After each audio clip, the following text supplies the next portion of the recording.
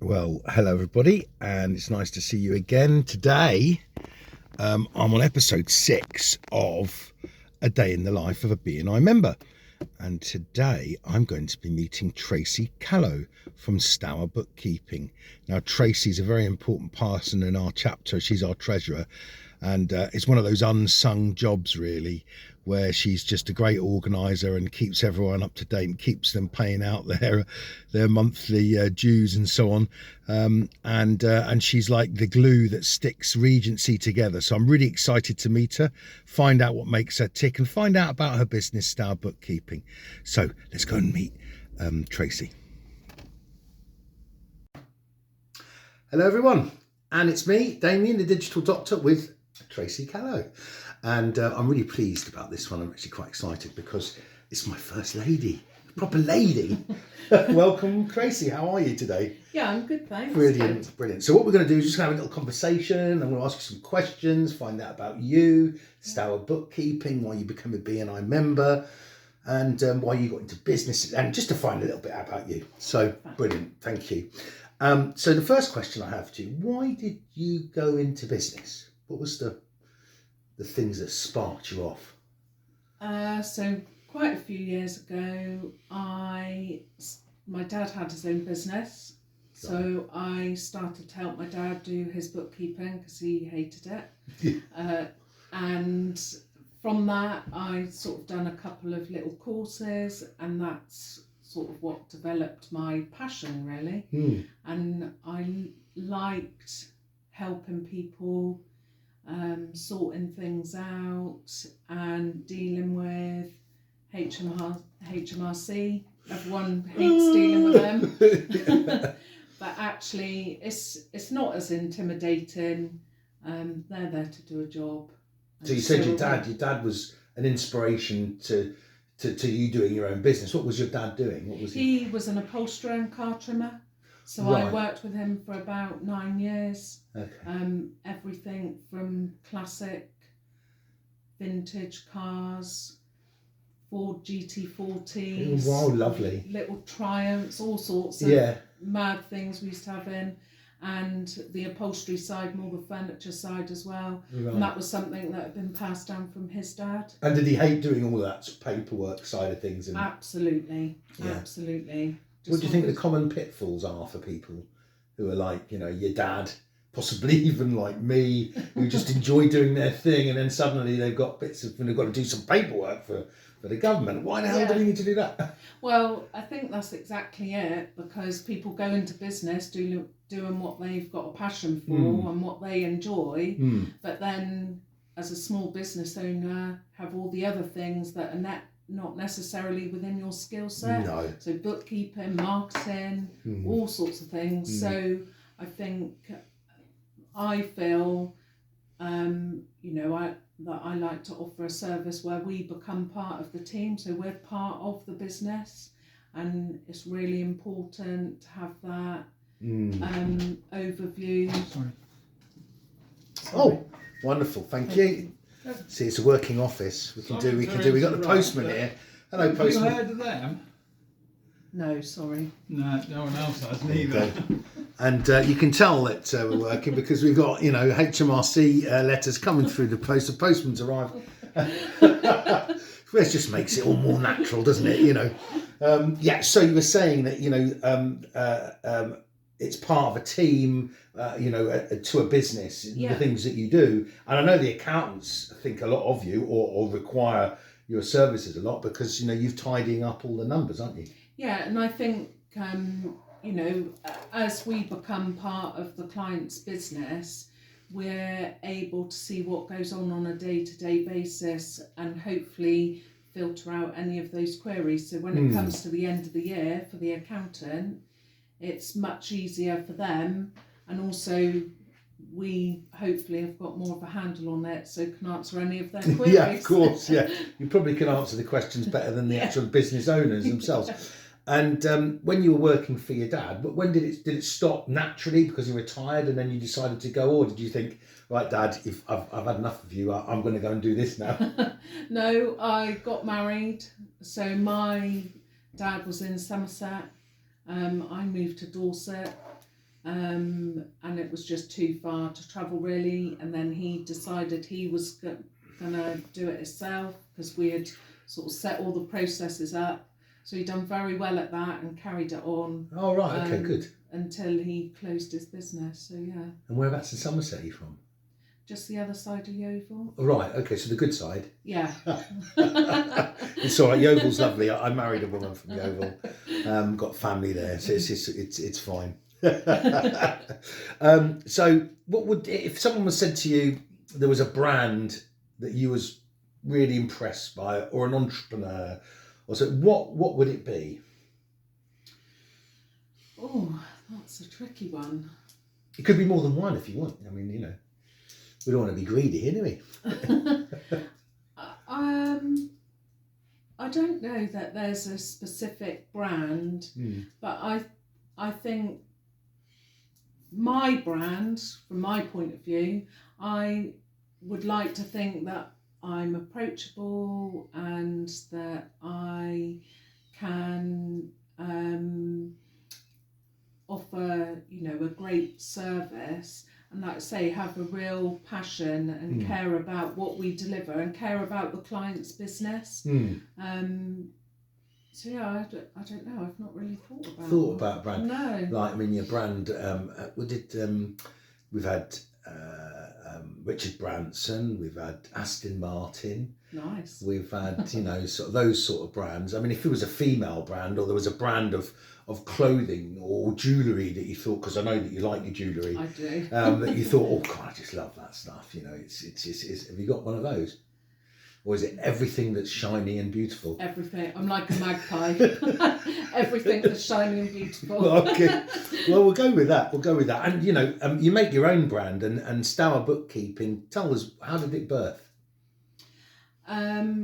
So I decided when I'd had my children that I was going to actually retrain properly, do an official qualification. So I'd done my AAT, which is with the Association of Accounting Technicians, way back in, I think, 2006. Well, that's right, in the 2000s. Yeah, in the 2000s.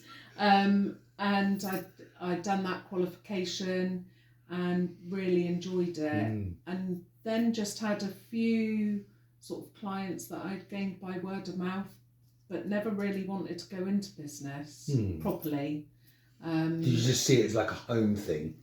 Yeah, just working from home, and it fitted around the children, because my husband's a farmer, so he works really random hours. So it just fitted in with the kids really. And then I had a couple of paid employments alongside it, and I worked for a heating engineer, worked in Pool Lighthouse Theatre in the finance department, which was really interesting. Were they like part-time work while you were doing sort of like some, so you had you were always a multiple income lady? Yeah. And then I'd worked at an accountant's as well. And then after that, while I was at the accountant's, I'd done a lot of payroll. So I'd done a payroll qualification. And I really enjoyed payroll. Well, you do that now, don't you? It's one of your big services. Yeah, and so important as well. Getting staff paid on time is absolutely key. If you mess that up, you've messed with the motivation of your business. Definitely. I couldn't say that anymore. I'm having had businesses with staff myself. If you don't get that right, and staff are your biggest asset. Huge. Because if you don't have good staff and treat them well, then you may as well shut the door. Well, that's right, because they'll have no motivation and no faith in you at all, and that's really, really bad.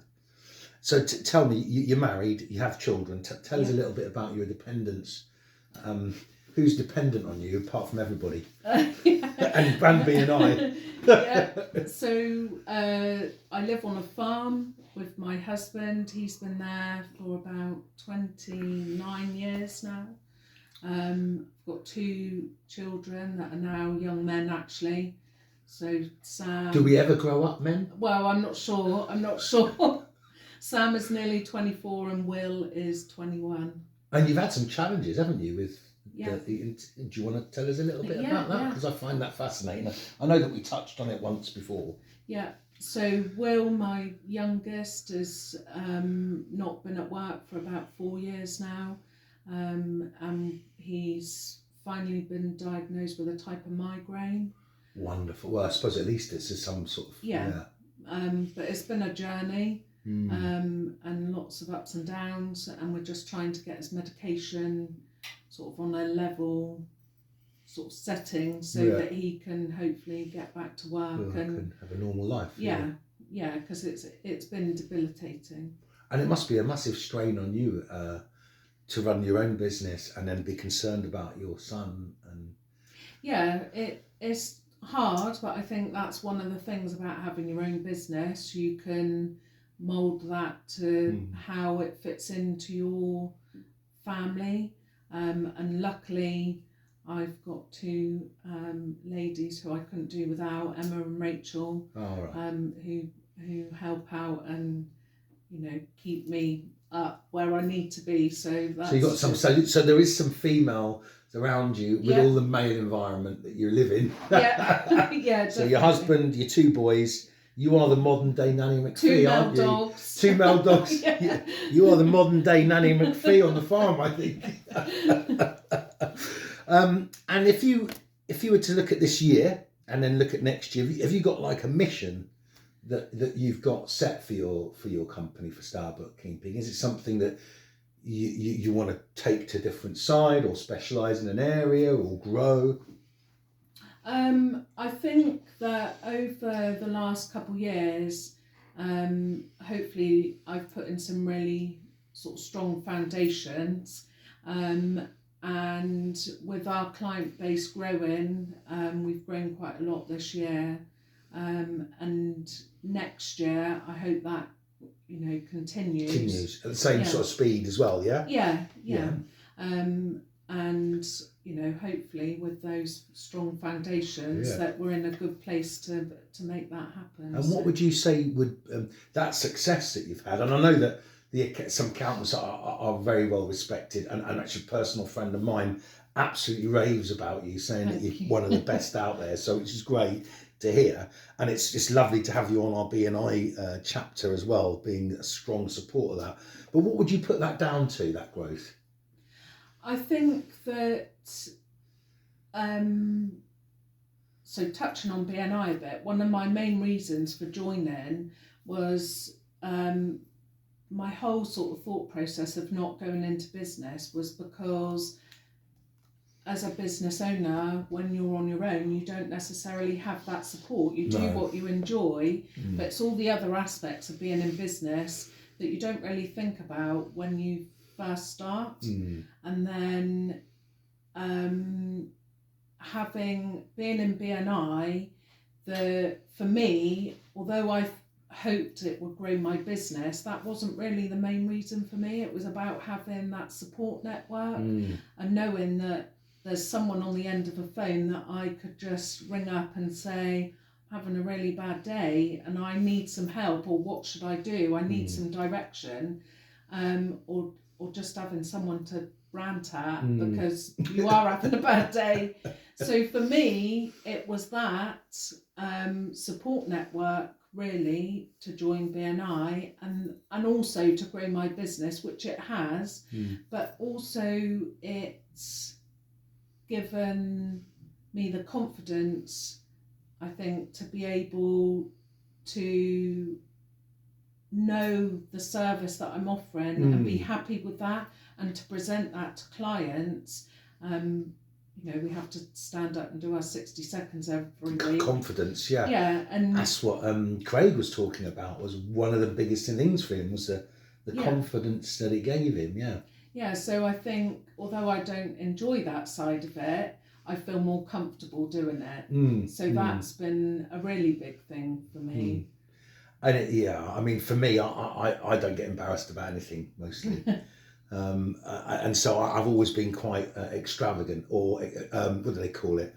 Extroverted. So it doesn't bother me, those sorts of things. However, the whole point of having someone like a boardroom and being able to share problems with all the specialists in there is unique for me, it was a lifesaver. Yeah. And you know, when you work on your own and you're able to meet everyone on a Tuesday or something like that, or get together and do power teams, it's brilliant, and you do feel like it's an extended family team. Yeah. You know, and although you can see it might be a bit cheesy to say we're all friends, but there's a professional respect. But actually, when you look at everybody in that team, they do become a friend because we're all in it for the same reasons, you know. And so, I mean, you've touched on this a little bit, but what was the real reason for choosing to become a BNI member? I mean, it was quite, you know, what time did you choose to do that? Was it something someone introduced you to it, or you just thought, I really need to build my business here, I'm going to go look for something? And how did you come across it? So it was Blair, our accountant at BNI, that introduced me to it, and I visited Regency and then went along to a core group, and then ended up coming back to Regency and joining Regency. So it was Blair who had, we all already had a mutual client together, so it just came from that really, and I just liked the idea of it. And you know, the people in the room, that was what sold it to me from Regency, was the people in the room. And it, you know, like you say, I think, not to be cheesy, but there's some, you know, great friendships that I've developed through that, some really good professional relationships. So yeah, I definitely feel that has been part of the success. And how long ago was that now? So I think it was August 21. Wow, okay. So you've been 3 years, this is coming up for the third year. Yeah, so I think it takes you a while to settle into it though. I think you need the first year to like... I mean, I can't believe it's 7 months gone for me. I mean, it's just like, snap. And it was Blair as well. Blair was a friend, you know, personal friend, and he said, hey, you need to go and do this, having known what happened to us. But he was great. He's great. Oh, Mr. Hooley, eh? Mr. Hooley, I can't wait to interview you. And you know, if you were to say to somebody, what was it that you liked the most out of BNI? I know you've touched on something, and you were to put it in a crystallised form, what would you say to someone? It would definitely be the support network. I think for me that was a priority, and I've really benefited from that. And obviously growing my business, I sort of touching back onto Will, my son, so I left my job, so I had to replace my income somehow, and I thought that this was the way to do it, so I had to grow my business. And I felt that was the easiest thing to do, because then I could fit it around Will when he was having like bad episodes, of course. Whatever. And if you could go back in your life, this is a dodgy question, and not saying that everyone has regrets, but what would you do differently? If anything, of course. I think the only thing I would have done differently is I would have done my qualifications earlier and got into it earlier. So when I was doing the bookkeeping for my dad's business, actually the year I got married, the accountant there had offered me a job, but it was sort of further into Somerset, so it was just too far for me to travel. So I think that would have been, I would have done my qualifications earlier. But aside from that, I think you should never have any regrets. No, absolutely. It's learning, but it's a loaded question, really, because I mean, and I don't, I didn't know how it would come out, but everybody has said the same thing. If I knew the journey I can have, I would have made the decision earlier. I would have gone out on my salad earlier, and the message is, if you've got a great idea, don't delay, just go for it, jump. And the hardest thing in the world is to start something because it's scary. So tell me, what would be your dream referral?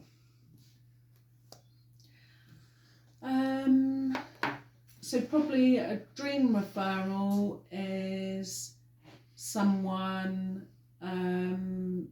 that probably has between 10 and 20 employees, and we do the bookkeeping, the whole service, start to finish. Payroll a lot, all that yeah. sort of stuff, yeah. Because each business is individual and very unique, and each business owner is the same. So for some clients we do little elements of bookkeeping, some we just do sort of the checking, they do everything in-house. And I think that works really well in the sense that we can tailor our service to meet what the client needs. Yeah. Because bookkeeping's the same for everyone. Yeah. It's just the client and the client's business that is very individual and unique to them. Yeah, of course. Yeah. So we can sort of fit around that, but that would be the dream, to do a complete start to finish. Well, hopefully in the next year I'll get really busy. I have a load of automation managers working for me, and that's one of my dreams is to not be doing the daily grind, but to be standing back and working, developing a load of really motivated youngsters. That would be great to help me grow. But yeah, that's great to hear. And how would you describe your company's success from BNI? Would you say that it had an influence? Oh, definitely. And I think, as I've said, the sort of confidence to be able to go out there and feel happy with the service that we provide, to be able to promote that and deliver it to other businesses, because I think the bookkeeping is a really important element for people's businesses. They need to have a handle on where their business is, what financial position they're in.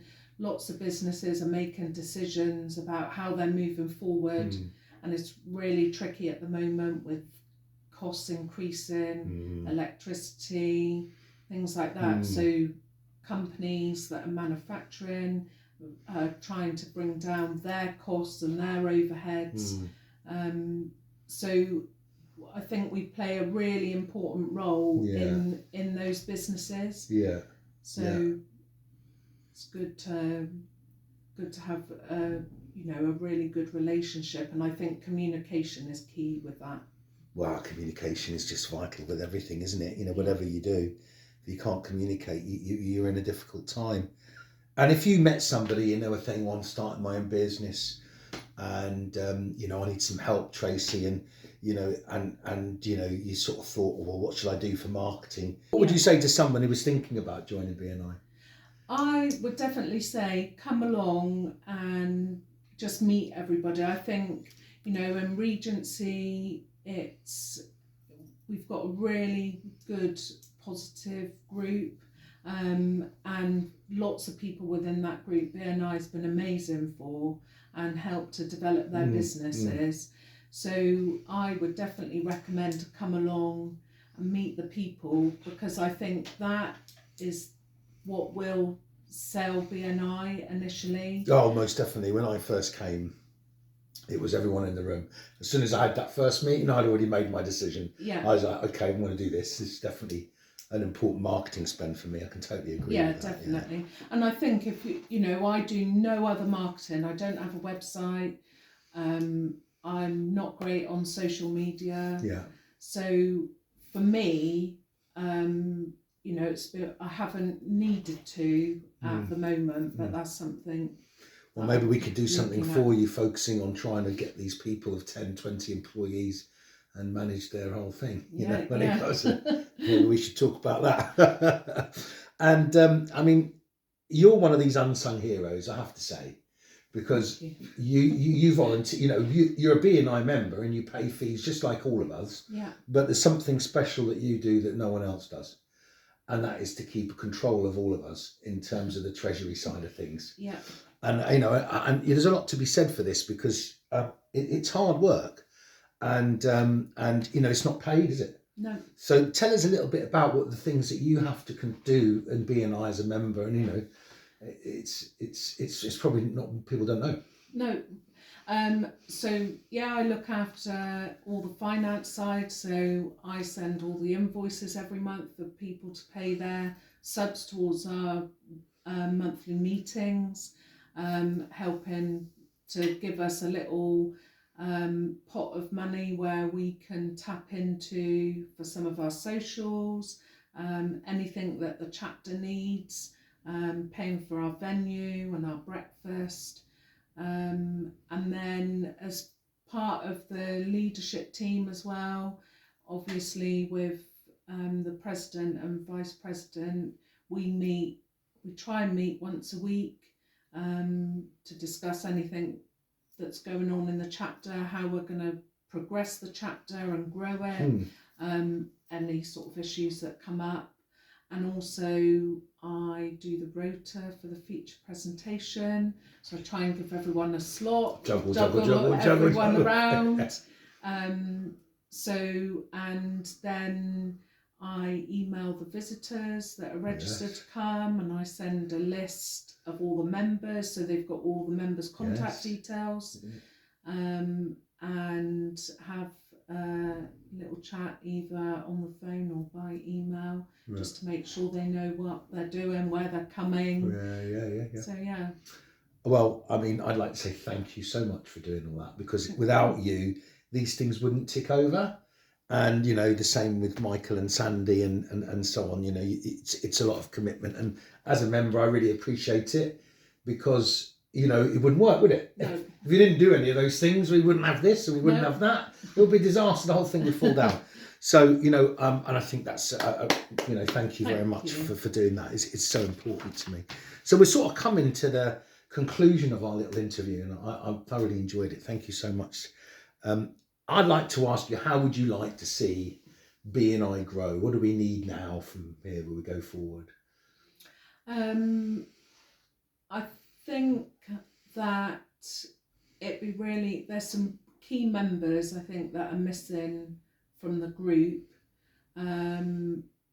HR would be really good from my point of view for having that support through payroll, because a lot of the businesses that I deal with are smaller limited companies. They don't have HR in-house, and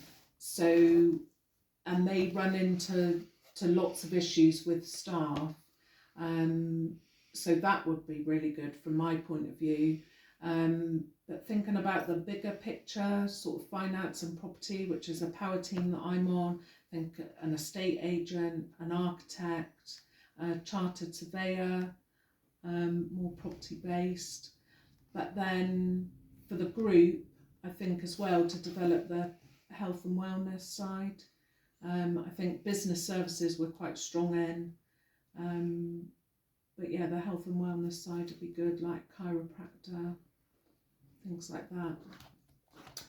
Yeah, there's loads, isn't there? There's loads of great things that when you look at it, you know, how powerful it could be. Now, if you liked any of the things that we spoke about in this little session, in the link below, you can come and join me and Tracy and come and meet us for breakfast, and come and meet the other people in the BNI Regency. If you are a HR person, if you are an estate agent, if you are a health club personal trainer, if you are a chiropractor or a chiropodist or anything like that, you know, we're only round the corner. We meet every Friday, and it's a great group of people. And if you want to get some great referrals, then, you know, this is a great place to come. So in the link in the description also is going to be about Stour bookkeeping. So how you can contact Tracy, and a link to her services, so that you can find out a little bit more if you're interested in looking after payroll or your books. And I would like to say that she's highly recommended from some of the best accountants that we know in the area. So is there anything else that you would like to add at all, Tracy? No, I don't think so. Thank you very much indeed for your time. It's wonderful. And thank you very much, everyone. And we'll look forward to seeing you on the next episode of A Day in the Life of a BNI member. Bye for now. Bye.